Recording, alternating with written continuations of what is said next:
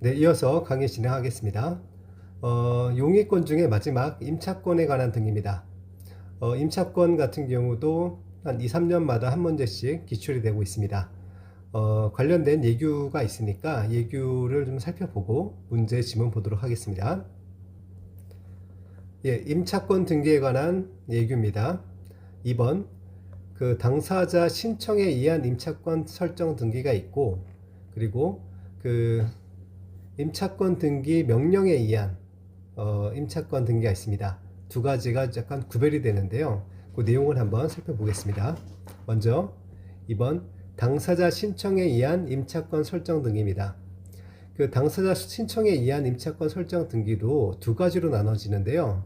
첫 번째는 민법 제 621조에 의한 임차권 설정 등기가 있고, 주택임대차보호법 3조의 4에 의한 주택임차권 설정 등기가 있습니다. 그래서 민법에 의한 거는 임차권 설정 등기라고 하고, 주택임대차보호법에 의한 거는 주택임차권 설정 등기라고 합니다. 약간 구별이 되는데요. 박스 안에 1번 박스 안에 내용 먼저 보시겠습니다. 민법 제 621조 보시면은요, 1항 보시면 부동산 임차인은 당사자 간 반대 약정이 없으면 임대인에 대하여 그 임대차 등기 절차에 협력할 것을 청구할 수 있다. 그 밑에 법 제74조, 부동산 등기법입니다. 등기관이 임차권 설정 또는 임차물 전대의 등기를 할 때에는 일반적인 등기사항 외에 다음 각호의 사항을 기록해야 된다. 필수적 기재사항은 차임과 범위라고 말씀드렸습니다. 근데 여기 위에 내용을 안 봤네요. 보시면은 보증금의 지급만을 내용으로 하고 차임이 없는 경우 있습니다. 그걸 가지고 우리는 채권적 전세라고 하는데, 이런 경우에는 차임을 기재하지 않는 겁니다. 그래서 그 대신에 임차 보증금을 기재하거나 그런 식으로 하시면 되겠죠. 하여튼 원칙적으로 차임과 범위를 기재하게 되어 있습니다. 다만 채권적 전세인 경우에는 차임을 기재하지 않습니다. 이렇게만 이해하시면 될 것 같습니다. 그 다음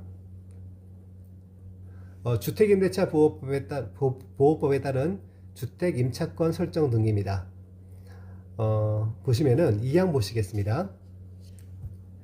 임차인이 대항력이나 우선 변제권을 갖추고 민법 제 621조 1항에 따라 임대인의 협력을 얻어 임대차 등기를 신청하는 경우에는 신청서에 부동산 등기법 제74조 제1호부터 6호까지의 사항 외에 일반적인 사항 외에 다음 각호의 사항을 적어야 되는데, 여기 나와 있습니다. 1호가 주민등록을 마친 날, 2호가 임차주택을 점유한 날, 3호가 임대차 계약증서상 확정 일자를 받은 날입니다. 그 내용 보시면은요, 주택임차인이 주택임대차보호법 제3조의 4, 2항의 규정에 의해서 임대인의 협력을 얻어서 주택임차권 설정 등기를 신청하는 경우에는 여기 보시면 밑줄치 부분 보시면은 주민등록을 마친 날과, 그리고 임차주택을 점유하기 시작한 날, 그리고 여기에 확정일자를 받은 날을 기재해야 되는 겁니다. 그 밑에 보시면 3번 상가건물 임대차 보호법에 따라서 상가건물 임차권 설정 등기를 하는 경우입니다. 그때는 밑줄친 부분 보시면은요, 임대인의 협력을 얻어서 상가건물 임차권 설정 등기를 신청하는 경우에는 사업자 등록을 신청한 날, 그리고 임차 상가건물을 점유하기 시작한 날, 그리고 임대차 계약서상의 확정 일자를 받은 날을 기재하는 겁니다. 첨부서 면접 보시겠습니다. 1번 신청서에 등기 의무자의 인감증명, 등기필 정보와 임대차 계약서를 첨부하게 되는데, 임대차 계약서는 공정증서로 작성되었거나 또는 확정일자를 받은 임대차 계약서를 첨부하는 겁니다. 그리고 임대차의 목적이 토지 또는 건물의 일부분인 경우에는 지적도 또는 건물의 도면을 첨부해야 되는 거고요. 2번 주택임차권 설정 등기를 신청할 때는 그 위에서 정한 서면 외에 임차 주택을 점유하기 시작한 날을 증명하는 서면, 예를 들어서 임대인이 작성한 점유 사실 확인서와 주민등록을 마친 날을 증명하는 서면, 보통은 주민등록 초본이 되겠죠. 이것을 첨부하는 겁니다. 3번, 상가 건물 임차권 설정 등기를 신청할 때는 일반적인 서면 외에 임차 상가 건물을 점유하기 시작한 날을 증명하는 서면, 이것도 마찬가지로 임대인이 작성한 점유 사실 확인서, 그리고 사업자 등록을 신청한 날을 증명하는 서면을 첨부해야 되는 겁니다. 밑에 보시겠습니다. 3번, 임차권 등기 명령을 원인으로 한 임차권 등기입니다. 이거는 이제 법원에 청구해서 법원에서 등기소로 축탁을 하는 거죠. 가번 보시면요. 임차권 등기 명령에 의한 주택 임차권 등기를 하는 경우에는 임대차 계약을 체결한 날, 그리고 임차 보증금, 미출지 부분 보시면 임대차의 목적인 주택의 범위, 그리고 임차 주택을 점유하기 시작한 날, 주민등록을 마친 날, 임대차 계약 증서상 확정일자를 받은 날을 등기 기록에 기재하고, 등기 목적은 주택 임차권이라고 기재를 하는데 차임이 있는 경우에는 차임을 기록하게 되는 겁니다. 그 밑에 보시겠습니다. 미등기 주택이나 또는 미등기 상가 건물에 대하여 임차권 등기 명령에 의한 등기 촉탁이 있는 경우에는 등기관은 직권으로 소유권 보존 등기를 한 다음 주택 임차권 등기나 또는 상가 건물 임차권 등기를 하여야 됩니다. 그 밑에까지만 보시겠습니다.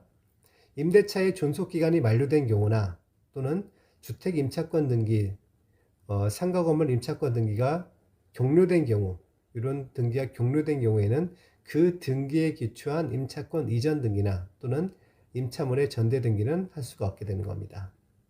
이제 문제를 한번 보면서, 문제 지문을 보면서 한번 내용을 보시겠습니다. 자, 1번, 임차권에 관한 등기와 관련한 다음 설명 중 가장 옳지 않은 것은 1번, 공유부동산에 대한 임차권 등기를 하기 위해서는 공유자 전원이 등기 의무자로서 계약 당사자가 되어 체결한 임대차 계약서를 등기 원인증서로 제공하여 임차권 등기를 신청해야 된다. 공유자의 과반수 가능 아닙니다.